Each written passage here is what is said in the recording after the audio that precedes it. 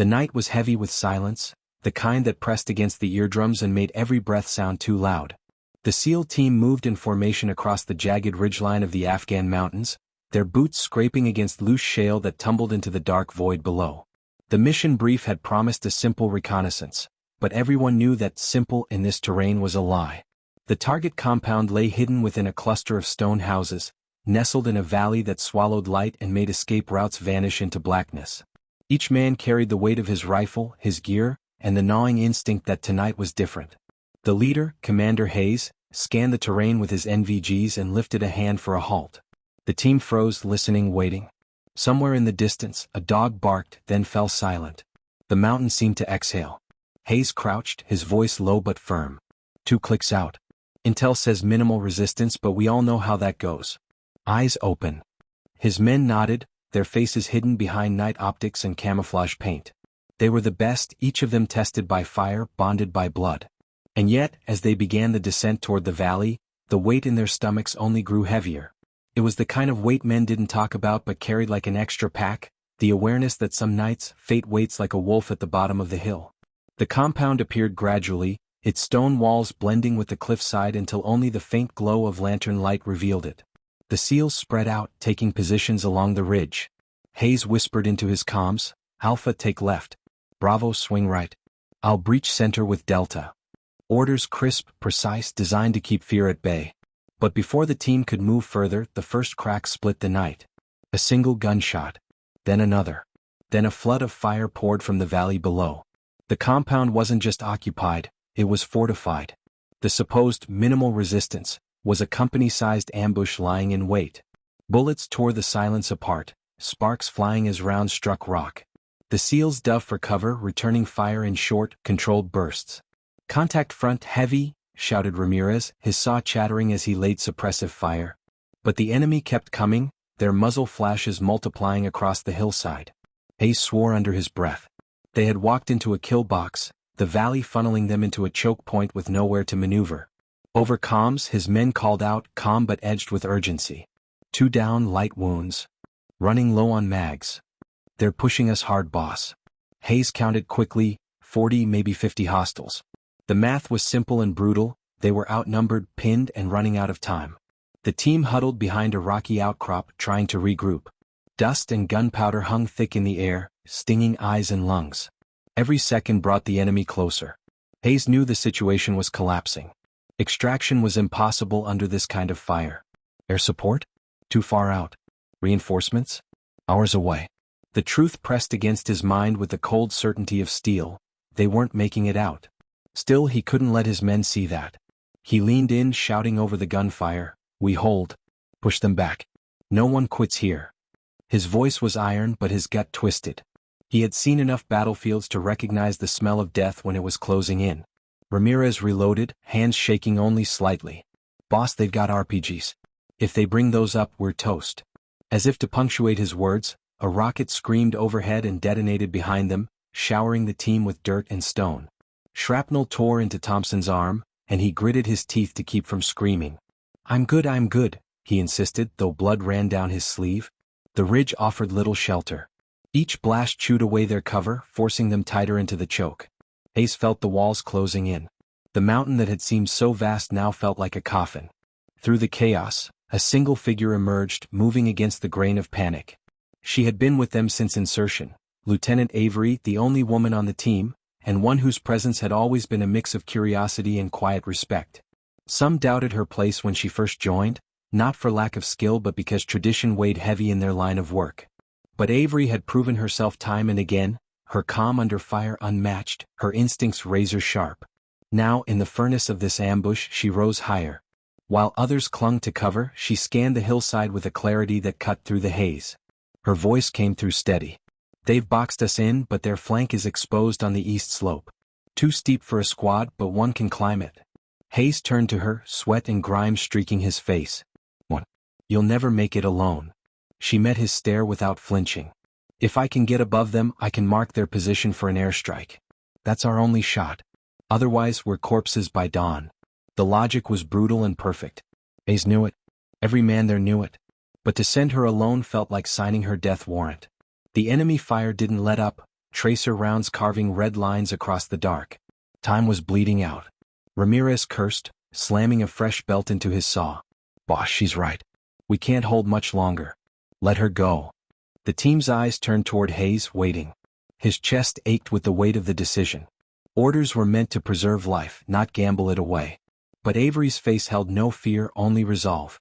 She had stepped forward into the maw of death not because she wanted glory, but because she saw the only threat of survival.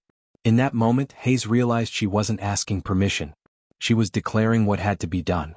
He gave the smallest nod, voice raw. Make it count, Lieutenant. Without hesitation, Avery slung her rifle across her back and crawled toward the eastern slope. Bullets whined overhead, chips of rock spraying against her arms and helmet. Every muscle screamed as she hauled herself up the incline, boots slipping on loose shale, hands bleeding against jagged stone. Below, her brothers in arms poured fire into the valley, buying her seconds with each round. The climb was suicide and she knew it. The ridge was near vertical, the enemy scattered below like ants swarming. One mistake, one glance of light against her silhouette, and it would all be over. But her heartbeat slowed, her focus narrowing into a tunnel of willpower. As the firefight raged beneath her, Avery ascended higher, inch by inch, until the valley stretched wide below her. She could see everything now, the fortified bunkers, the enemy reinforcements pouring in, the arcs of their heavy machine guns pinning her team. She unclipped the laser designator from her pack, the device trembling slightly in her hands. For a breath, she thought of home, of her father's voice telling her as a child that courage was not the absence of fear, but the choice to stand in spite of it. She steadied her grip, aimed the laser and painted the target. The sky above was still empty, but she knew the strike would come. Had to. For the men below, for the mission, for the promise that no SEAL was left behind. And in that frozen heartbeat before the storm, Avery became the single thread holding life against death. The valley below thundered with gunfire, every burst of tracers arcing upward like angry comets. Avery pressed herself flat against the rock face, the laser designator clutched tight in her hands. Her breathing came slow, deliberate, each inhale steadying the tremor in her muscles. She had climbed higher than she thought possible, higher than instinct told her to go, and now the battlefield sprawled beneath her in brutal clarity. The enemy had numbers and position, their lines stretching across the valley floor and up the opposite ridges. Machine gun nests spat fire in unbroken streams, forcing her brothers below to hug shattered stone for cover. From her vantage point she could see everything, every muzzle flash, every shifting squad of insurgents closing the noose tighter around her team. She adjusted the designator, held it steady and pressed the trigger. A red dot of invisible light locked onto the largest cluster of enemy positions. Somewhere miles away, an unseen pilot would see her signal. Somewhere above the stars, death had already begun to fall. Below, Hayes barked orders, his voice sharp over the comms. Hold your fire until they close the gap. Make every round count. His men responded with discipline, bursts of controlled fire answering the enemy's overwhelming assault. They were cut, bleeding, exhausted, but they fought with the ferocity of cornered wolves. Each man knew the odds but none spoke of them. Their survival now hinged on one figure crawling along the cliff above, a single silhouette against the void. Hayes felt it in his bones, the line between life and death was thinner than a strand of hair. He trusted Avery, but trust did not ease the dread clawing at his chest. The enemy pressed harder, emboldened by their advantage. Two insurgents sprinted forward, launching another RPG from the valley floor. The rocket streaked toward the SEAL's position with a shriek. Ramirez swung his saw, cutting them down mid-motion, but the rocket had already flown. It slammed into the ridge, the explosion ripping a section of rock apart. The blast hurled debris like shrapnel, knocking Thompson onto his back. Blood trickled from his temple, his helmet cracked. Hayes crawled over, dragging him behind the last intact piece of cover. Thompson's eyes fluttered open, unfocused, but his grip never loosened on his rifle. Hayes pressed a hand to his shoulder. Stay with me, brother. We're not done. Far above, Avery adjusted her position again, inching along the jagged slope until she had a clear line on the enemy's command post. She exhaled, pressed the designator's trigger and painted the second target. In the darkness, she whispered into her comms, her voice steady despite the storm raging beneath her. Target marked. Coordinates locked. Requesting immediate strike. For a moment only static answered her. Then the calm voice of the JTC embedded with their team crackled in her ear. Birds inbound. 90 seconds. Hold position. 90 seconds, an eternity in battle. 90 seconds meant dozens more rockets, hundreds more bullets. 90 seconds could be the difference between victory and a massacre. Avery pressed her cheek to the rock, laser steady, every muscle in her body screaming not to move. The enemy had begun to notice. A sharp-eyed insurgent on the far ridge spotted the faint reflection of her scope in the starlight. He shouted, waving, and suddenly fire arced toward her perch. Bullets pinged off stone, one grazing her shoulder, tearing cloth and skin. Pain flared, but she bit down hard and stayed motionless, refusing to break her aim. "They see me," she muttered, her voice taut but controlled. Hayes heard it over comms, his heart sinking. "Hold on, Lieutenant. Just hold on." His team fired desperately toward the ridges, trying to draw attention back to themselves, their rounds snapping through the night in angry defiance. Seconds bled into each other, stretched thin by adrenaline. Then, faint at first, the sound of salvation came, a distant rumble that grew into a roar. The ground itself seemed to shiver. Hayes looked up, straining past smoke and muzzle flashes, and saw the faint silhouette of fast movers streaking across the sky. "Eagles inbound," the JDC confirmed, his voice alive with relief. "Brace for impact." The first bomb fell like a hammer from the heavens. A streak of fire, then an eruption that tore the valley apart. The enemy's command post vanished in a geyser of flame and stone. The shockwave rolled through the mountains, slamming the seals against the ridge, rattling teeth and bones. One after another, the airstrike continued, precision-guided fury shredding bunkers and machine gun nests. The enemy's organized assault disintegrated into chaos, their screams swallowed by the thunder of detonations. Fire lit the night like a sunrise born in hell, painting the valley in shades of orange and black. Avery kept her laser steady, shifting targets between strikes, ignoring the bullets still snapping dangerously close. Each painted mark brought another eruption, another lifeline for her brothers. Her blood slicked down her arm, her vision blurred from sweat and grit, but she refused to falter. She became the unseen hand guiding destruction, the thin blade cutting through the enemy's numbers. For the men below, she was the difference between certain death and the sliver of survival. When the last strike hit, silence followed. A silence so complete it seemed unreal after the storm. Smoke curled from burning craters, debris rained down in the valley, and the enemy survivors scattered like shadows before dawn. The ambush had been broken, their overwhelming numbers obliterated in less than a minute of divine firepower. Hayes lifted his head, ears ringing, and took in the devastation. For the first time since the firefight began, hope flared in his chest. He keyed his comms, voice raw. "Avery, report." Static. Then a weak reply, strained but alive. "Target neutralized. I'm still here." Relief crashed through Hayes so strong it nearly dropped him to his knees.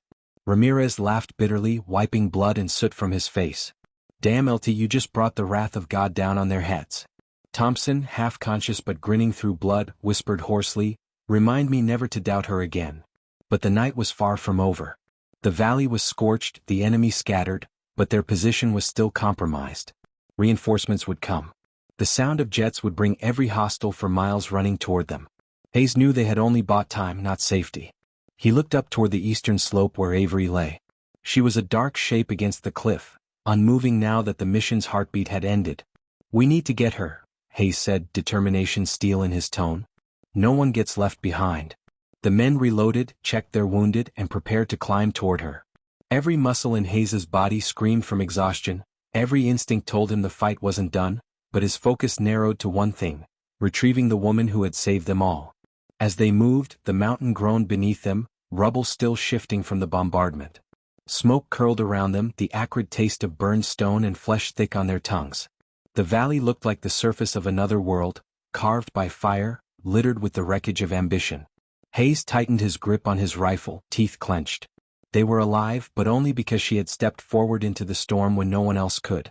And as they began their climb toward Avery, each man carried the same unspoken vow: whatever came next, whatever waited in the darkness beyond this shattered valley, they would stand together until the last breath. They owed her nothing less. The climb was brutal. Every ledge was slick with dust from the bombardment, every handhold loose as if the mountain itself wanted to shake them free. Hayes led the way, his muscles screaming with fatigue, but his mind locked on a single purpose: get to Avery. Behind him, Ramirez hauled the wounded Thompson with sheer willpower, gritting his teeth with every upward pull. The others spread out, rifles slung across their backs but ready in case survivors reappeared below. The valley burned beneath them, scattered fires flickering like dying stars, smoke curling upward in heavy curtains. Each gust of wind carried the stench of death and gunpowder, a reminder of how close they had come to becoming part of the ashes. Hayes reached the outcrop where Avery had taken her position.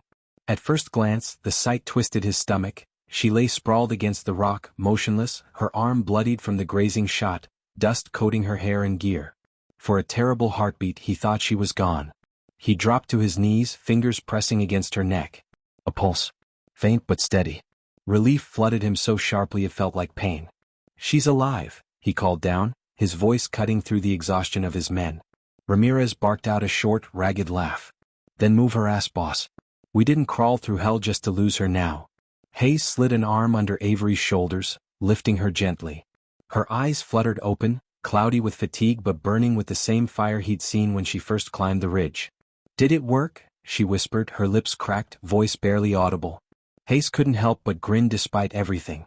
"You just turned the valley into a crater." "I'd say it worked." A flicker of a smile tugged at her lips before she slipped back into unconsciousness, her body finally surrendering to the strain. The team regrouped on the ledge, huddling close around her. Thompson, barely able to sit upright, insisted on covering their rear with his rifle. Hayes scanned the horizon. The jets had done their work, but he knew the silence was temporary. Insurgents had radios, allies, reinforcements. The airstrike would be a beacon. It was only a matter of time before more boots came marching toward the ruin. They couldn't stay. They couldn't even call for extraction until they reached higher ground with a clear signal. The mountain wasn't just terrain anymore, it was an enemy, and it would test every ounce of grit they had left. "We move north," Hayes ordered, pointing toward a jagged trail barely visible in the moonlight. "2 clicks, then we can reach a plateau and signal the bird. Ramirez, your point with me. Davis, you and Cole carry the LT Thompson. You hold steady and shout if you see shadows." The men moved without hesitation. Orders weren't debated in moments like this, they were obeyed. The trail was merciless. Rocks shifted under their boots, sending small avalanches tumbling into the void. The air thinned, each breath dragging like fire through their lungs. Avery's weight slowed them, but none complained. Cole adjusted her across his shoulders, her limp body jostling with each step, and muttered, "She's lighter than she fights." Davis smirked despite the blood caked on his face. "Yeah, but she hits harder." It was gallows humor, the kind soldiers used when death was still licking at their heels. Hayes allowed it. Better laughter than silence, better courage disguised as banter than fear gnawing at their throats. Halfway up the trail, the first sign of pursuit appeared. A single rifle crack echoed from below, the bullet ricocheting off stone near Ramirez's boot. More followed, a chorus of sharp reports rising from the valley's edge. Shadows moved in the smoke, insurgents regrouping, climbing. Hayes swore under his breath. "They're coming. Double time." The team surged forward, lungs burning, boots scrambling for purchase. Ramirez laid down bursts of fire, short and sharp, forcing the pursuers into cover. But the trail narrowed ahead, a bottleneck that left no room for cover. Hayes knew what it meant. They'd be exposed, silhouetted against the moonlit rock. Perfect targets.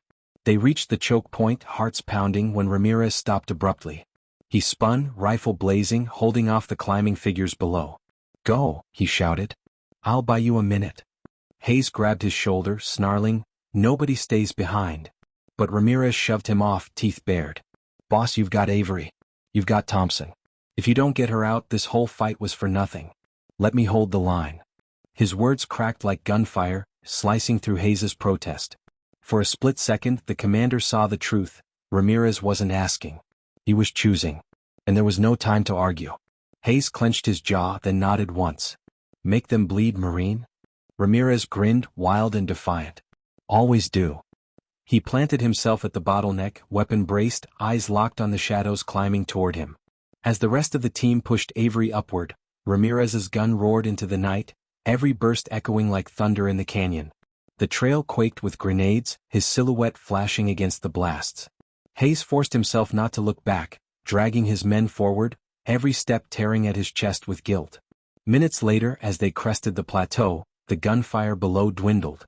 A final explosion lit the sky, a plume of fire blooming where Ramirez had stood. Silence followed. Too much silence. Hayes's throat closed, but he kept moving, his voice hoarse as he barked. "Keep going. Don't stop. The men obeyed, but grief clung to them like chains. One of their own had been swallowed by the mountain, and though his sacrifice had bought them ground, it carved a wound none of them could hide. At last they collapsed onto the plateau, lungs heaving, bodies trembling with exhaustion. Hayes pulled the comms unit from his pack, scanning for signal. Static hissed, then a faint connection sparked alive. He keyed the mic, voice sharp. "This is Delta Team requesting immediate extraction, hot zone, coordinates to follow. We are combat effective but compromised. Urgent priority." The reply came after a long, static-filled pause. "Copy, Delta Team. Bird inbound. ETA 20 minutes. Hold position. 20 minutes. Hayes looked at his men, bloodied, broken, holding Avery like a fallen banner. 20 minutes was salvation or damnation depending on what came next. He set his jaw and raised his rifle, watching the shadows of the valley far below. They would come again, and when they did, he swore they would pay for every drop of blood spilled tonight. Avery stirred faintly, her eyes cracking open, voice weak but fierce. "We still holding?" Hayes leaned close, his words low but iron. "We're holding, Lieutenant. Because of you." She gave the smallest nod before drifting back into silence, the fight not yet done, but the promise unbroken. The plateau was a slab of rock jutting into the night, flat enough to land a bird but exposed on every side. Hayes scanned it quickly, noting the broken boulders near the edge, the shallow cracks where men could crouch for cover. Not much, but it was all they had. He turned to his team, his voice a steady rasp despite the exhaustion clinging to him. "Dig in. We hold this position until extraction." There was no hesitation, no debate. They moved like a machine despite the fatigue, setting perimeter. Arcs, checking ammo, tending to the wounded. Cole tore strips of cloth from his own uniform to bandage Thompson's head. Davis stacked rocks into a crude firing nest. Hayes kept his rifle across his knees, eyes sweeping the dark, every nerve wound tight. Avery stirred against the plateau floor, shifting weakly. Hayes knelt beside her, checking the bandage on her arm. The wound wasn't life-threatening, but blood loss and exhaustion had drained her strength to almost nothing. Her eyes opened halfway, catching him in the pale moonlight. "Birds coming?" she whispered, her voice raw. Hayes nodded. 20 minutes. All we have to do is keep breathing until then." She gave a faint, tired smile. "That's always the hard part." Even in the grip of weakness, her words carried iron. Hayes felt a sting of pride and fear. He had lost Ramirez down the trail. He wouldn't lose her too. The valley below shifted. Shadows moved in the smoke, faint but growing. Hayes's gut clenched. Reinforcements. He raised his hand in silence, signaling the men to prepare. The chatter of boots on stone echoed faintly upward. Soon the first muzzle flashes blinked in the dark. Bullets screamed across the plateau, sparking against rock. Thompson fired from his crude nest, his injured arm trembling but his aim true. Cole and Davis opened up beside him, their rifles barking in controlled bursts. The plateau erupted into chaos once more. Hayes pressed his back to the rock, firing into the advancing silhouettes. The insurgents were climbing, swarming up the broken trail like ants after sugar.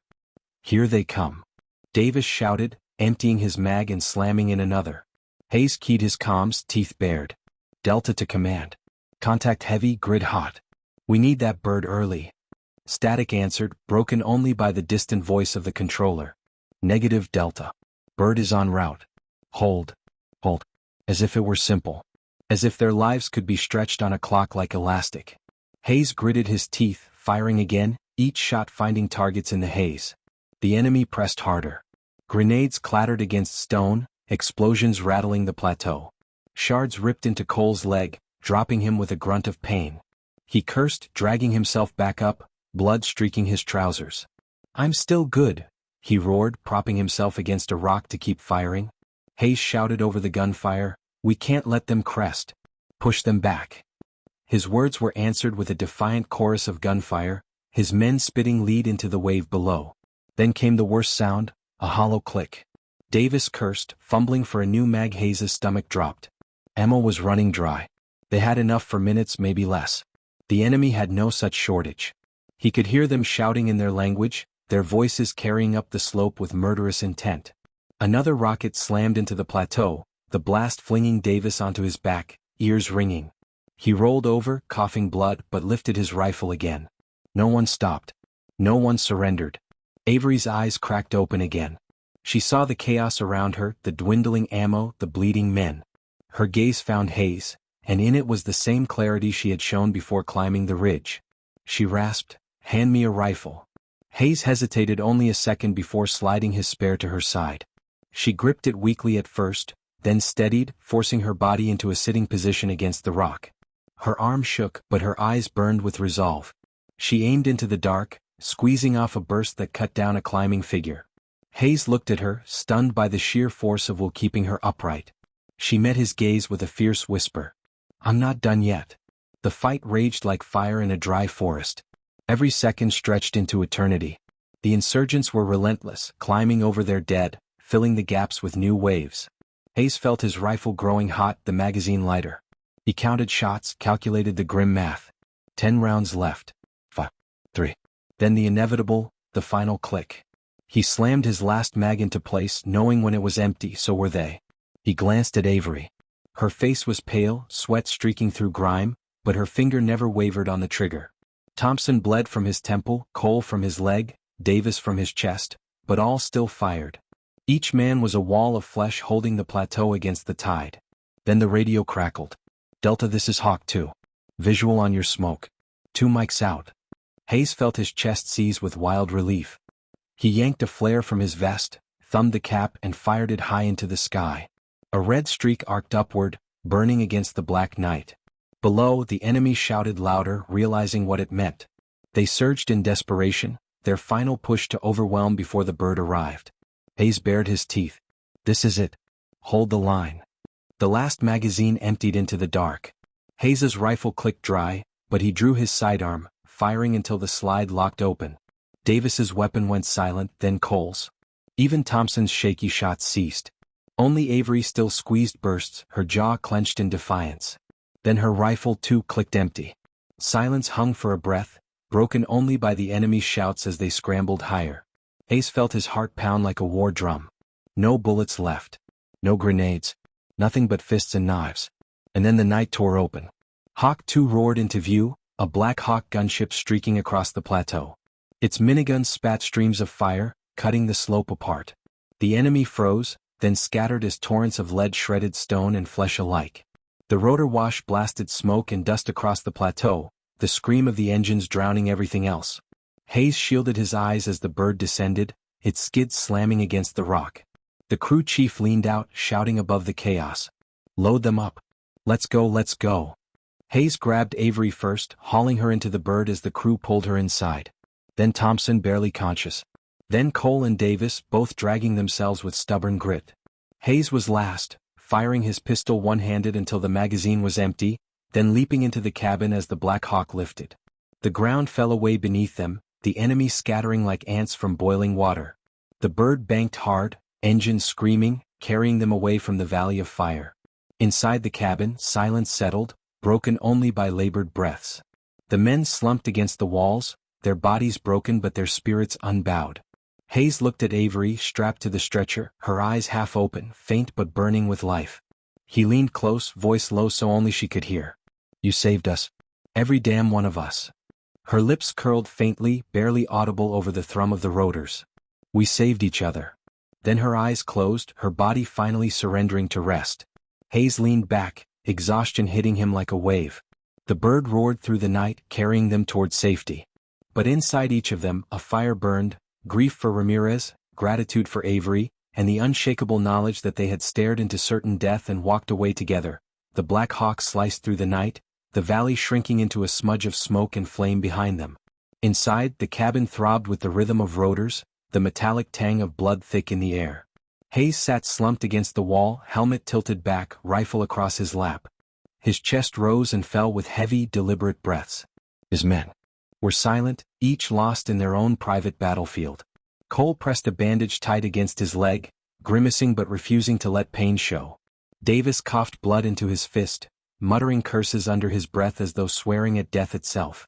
Thompson lay stretched across the floor, eyes fluttering, his hands stubbornly clutching his rifle even in unconsciousness. And then there was Avery, strapped down to a stretcher, pale and barely conscious but alive.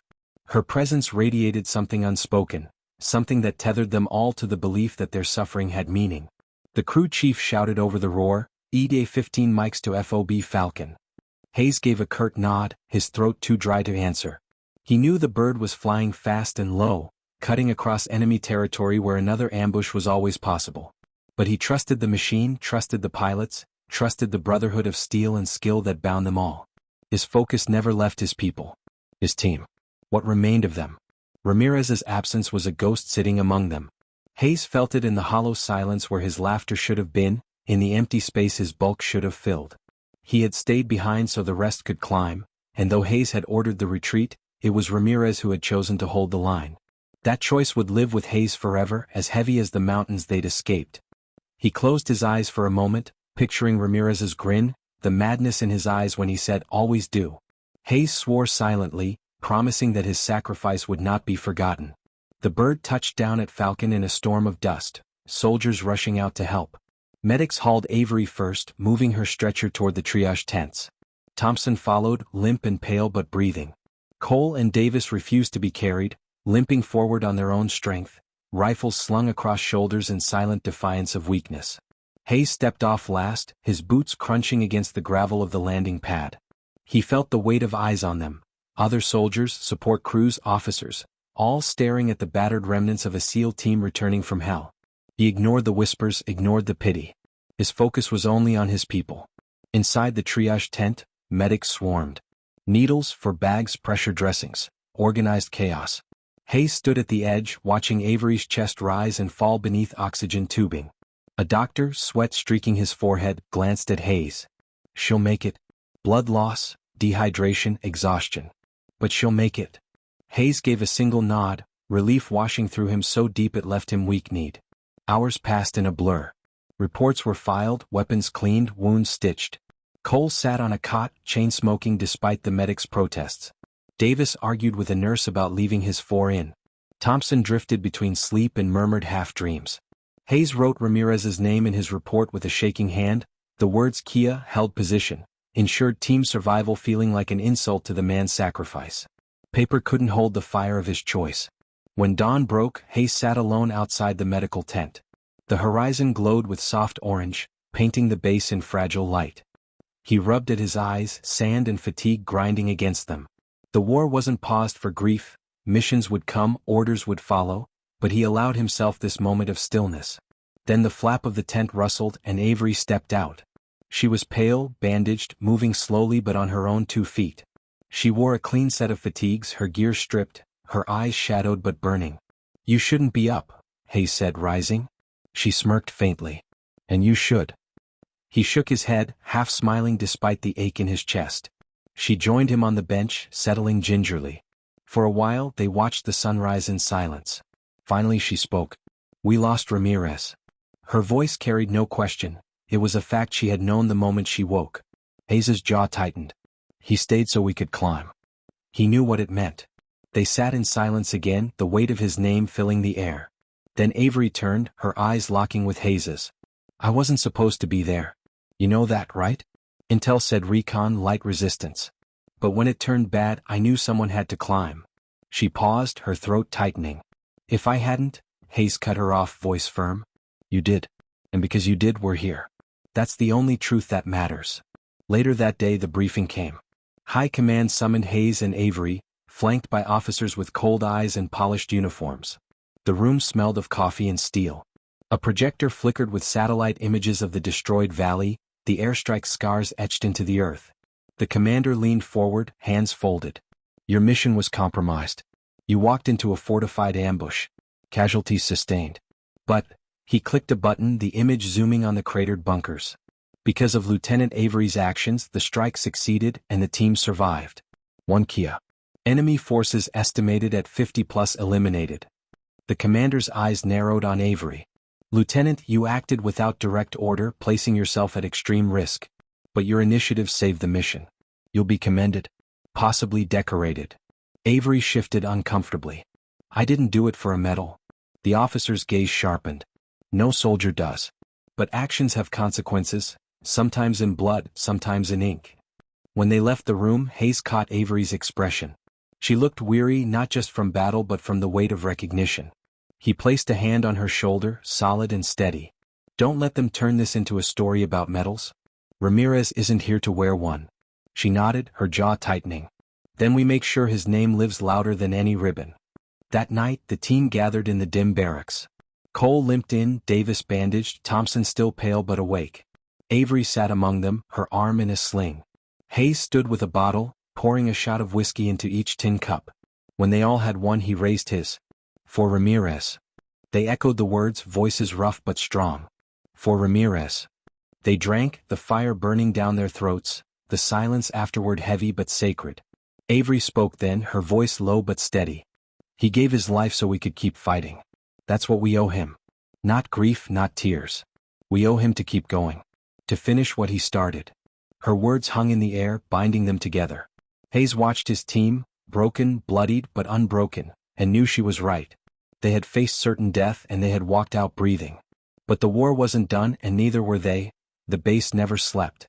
Engines rumbled through the night, radios hissed, boots pounded gravel. At FOB Falcon, the constant rhythm of war was an unending backdrop. Hayes lay awake on his cot, staring at the ceiling, the fan blades cutting slow shadows across the room.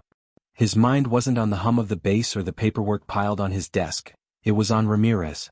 No medal, no commendation, no carefully worded after-action report could explain who he had been or why his death burned like a wound that wouldn't close. Hayes knew grief came with the job, but this loss bit deeper.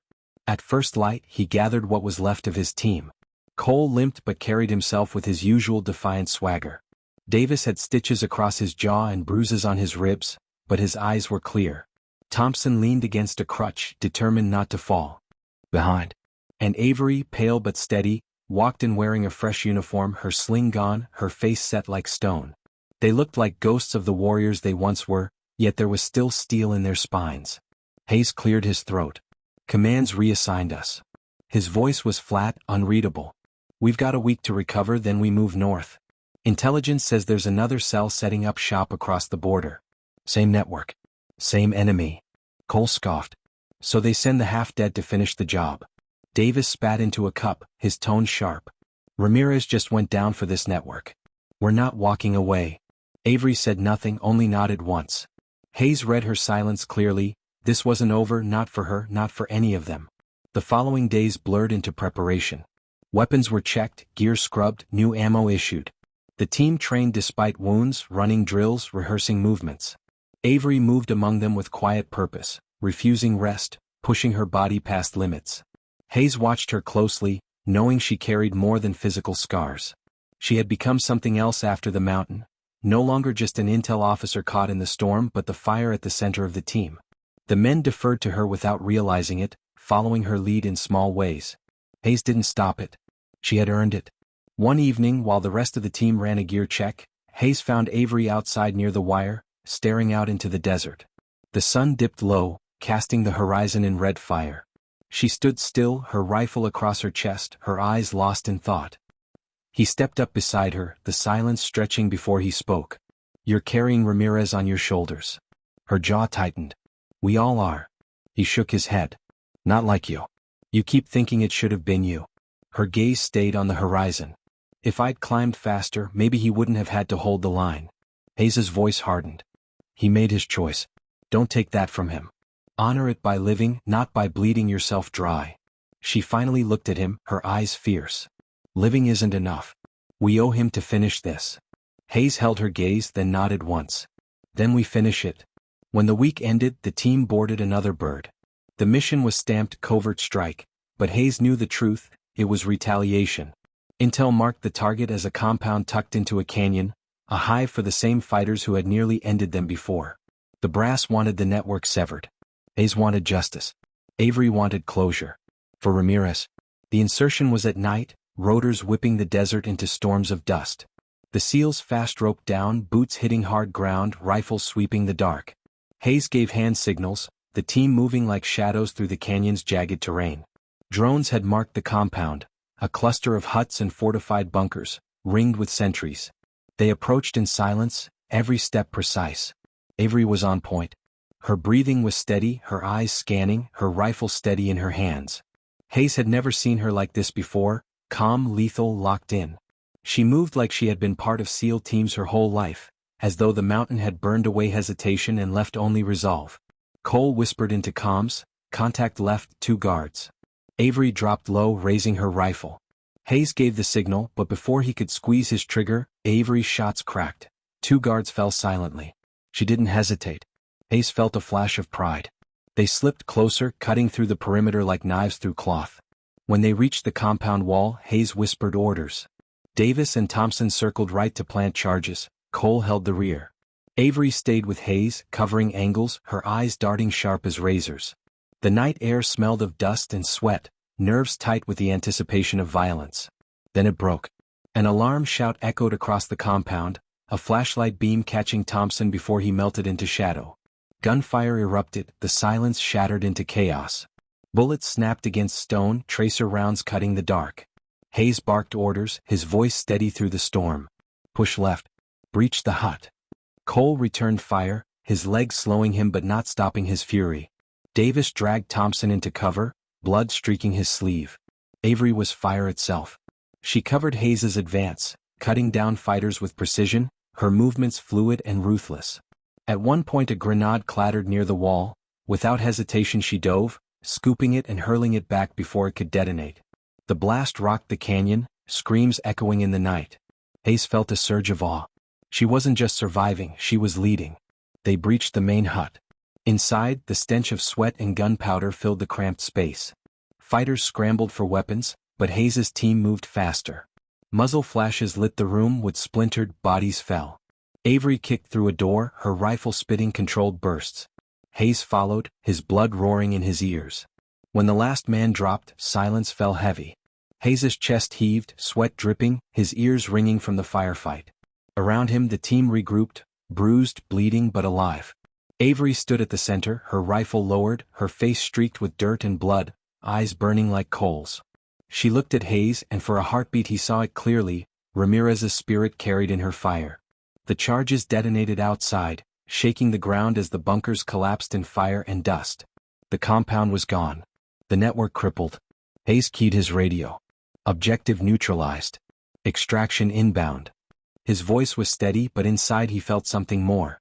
Not victory, something deeper. A promise kept. As the team moved toward the exfil point, Avery fell into step beside him. She didn't speak, didn't need to. Hayes glanced at her, and in her silence he heard everything: grief, rage, honor, and the unbreakable will to carry Ramirez's sacrifice forward. He nodded once, a quiet acknowledgement between warriors. They had faced certain death and walked through it again. But this time it wasn't just survival. It was purpose. Back at Falcon, the air hung thick with the smell of jet fuel and sand. The bird touched down hard, skids scraping the dirt, rotors kicking dust clouds into the dark.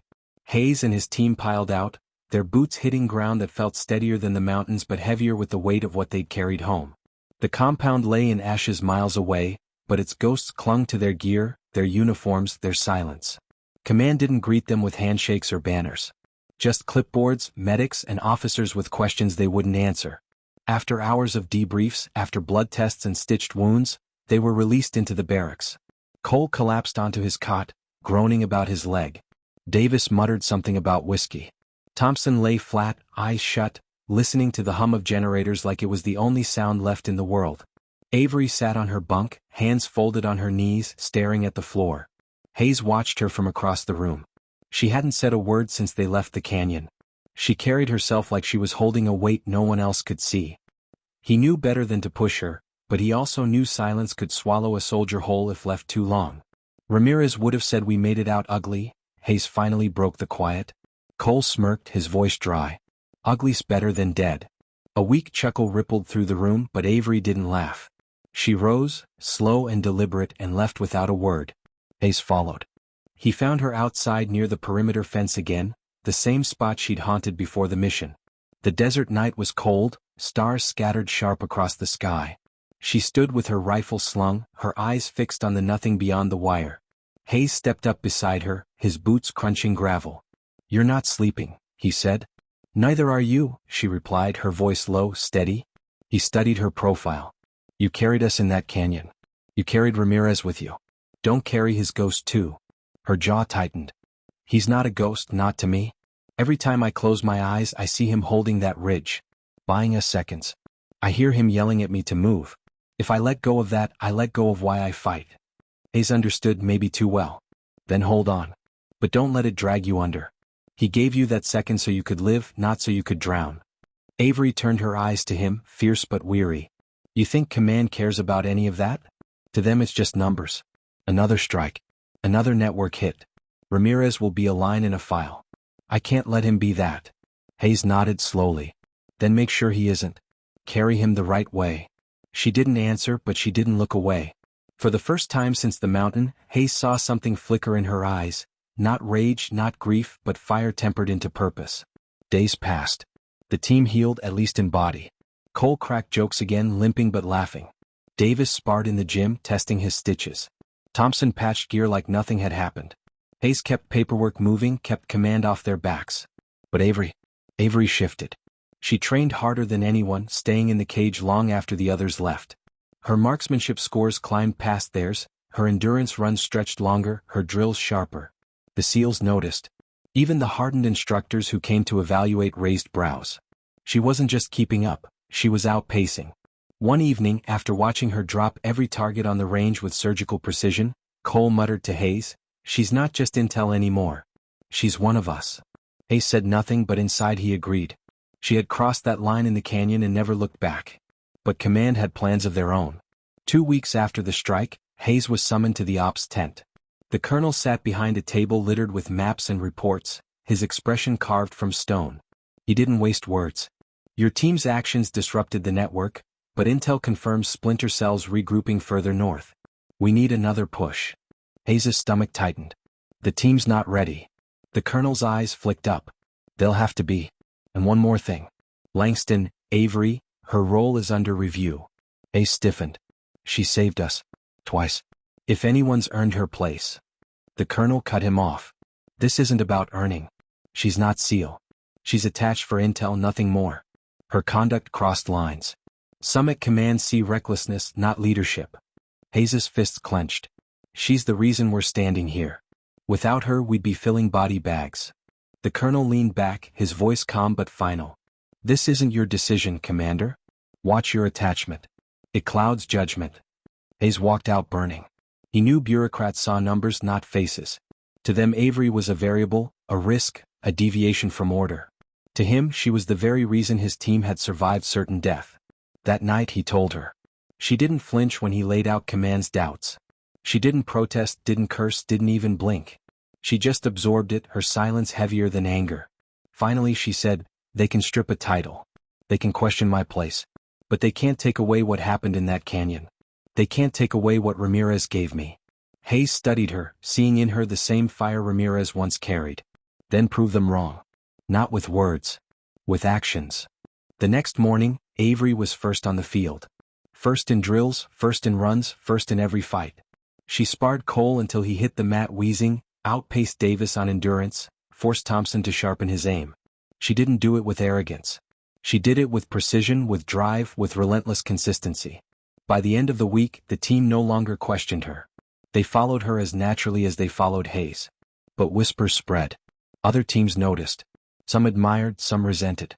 A woman standing shoulder to shoulder with SEALs, not just surviving but leading, wasn't something the brass had planned for. The friction grew. And in war zones, friction meant danger, not just from the enemy outside the wire but from the politics within it. Late one night, Hayes stood in the dim barracks watching his team sleep. Cole snored, Davis twitched in dreams, Thompson muttered in his sleep. Avery sat awake, polishing her rifle, the same steady focus in her hands. She glanced up, meeting Hayes' eyes. No words passed. None were needed. Hayes lay down but didn't sleep. He knew the storm wasn't over. The canyon was behind them, but a larger battle loomed ahead, not against the enemy but against the very system they fought for.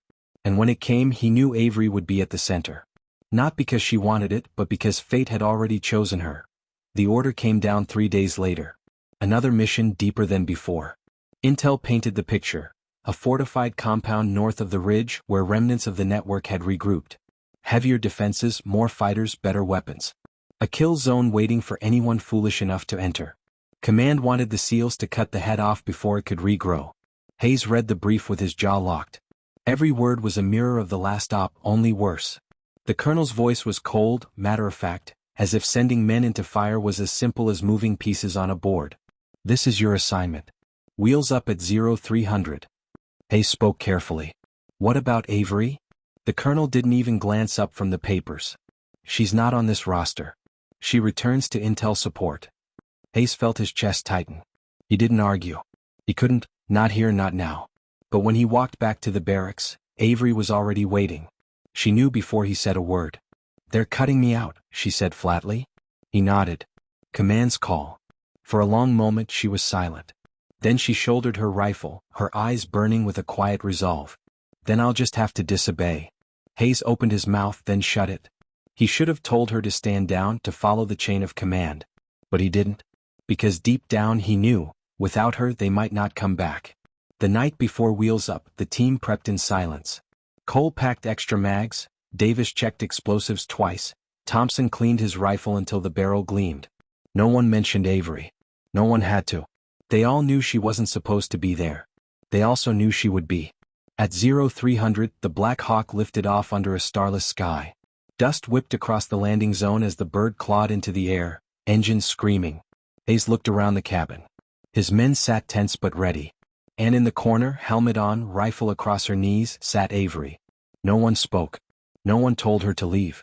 The compound rose out of the dark like a scar across the earth. High walls, guard towers, machine guns mounted along the perimeter. Floodlights swept across the sand. It was a fortress, a challenge thrown in the face of anyone bold enough to try. The helo set down half a click out. Boots hit dirt. The team moved fast and silent, shadows across the desert. Avery kept pace at Hayes's flank, her breathing steady, her eyes locked on the target. They reached the outer wall. Davis planted charges with practiced speed. Hayes counted down on his fingers. The explosion cracked the night open, dust and debris raining as the wall blew apart. The SEALs surged through the breach. Gunfire erupted instantly. Tracers cut the dark. Shouts in a foreign tongue echoed off the walls. The courtyard became chaos. Muzzle flashes, screams, the thunder of automatic fire. Cole dropped 2 men on the catwalk. Thompson's rifle cracked, precise and unerring. Davis cleared the left flank with controlled bursts. Hayes pushed forward, barking orders through the comms. And Avery, she was everywhere. She moved with lethal grace, her shots snapping enemies before they could draw breath. When a fighter charged with a blade, she stepped into him, twisted, dropped him with a strike that left no time for him to scream. She was the calm in the storm and the storm itself. The fight raged deeper into the compound. Rooms cleared one by one, doors blasted open, resistance crushed. But the enemy wasn't breaking. They fell back, drawing the SEALs into a choke point, a narrow hall lined with barricades. Gunfire pinned the team, rounds sparking off stone. Hayes knew what it was, a kill box. They were trapped. Then Avery moved. Before Hayes could stop her, she slid low across the floor, firing as she went. Her rounds shattered the lights, plunging the corridor into darkness. The enemy fire faltered, blinded. In that second, the SEALs surged forward. Grenades thudded, explosions shook the hall, and the choke point broke. By the time the smoke cleared, bodies lay scattered, the barricade torn apart. The team pressed on. They reached the command room at the heart of the compound. Maps covered the walls, radios chattered with panic. The last fighters tried to stand their ground, but they didn't last long. The SEALs moved like a blade through flesh. Then silence. The compound was theirs. The network was shattered, its leaders dead or fleeing. Hayes keyed his radio. "Falcon, this is Viper 1. Package secured. Repeat, package secured." But victory carried a cost. Cole had taken a round through his shoulder, blood soaking his sleeve. Davis limped from shrapnel in his leg. Thompson's hands shook from near exhaustion.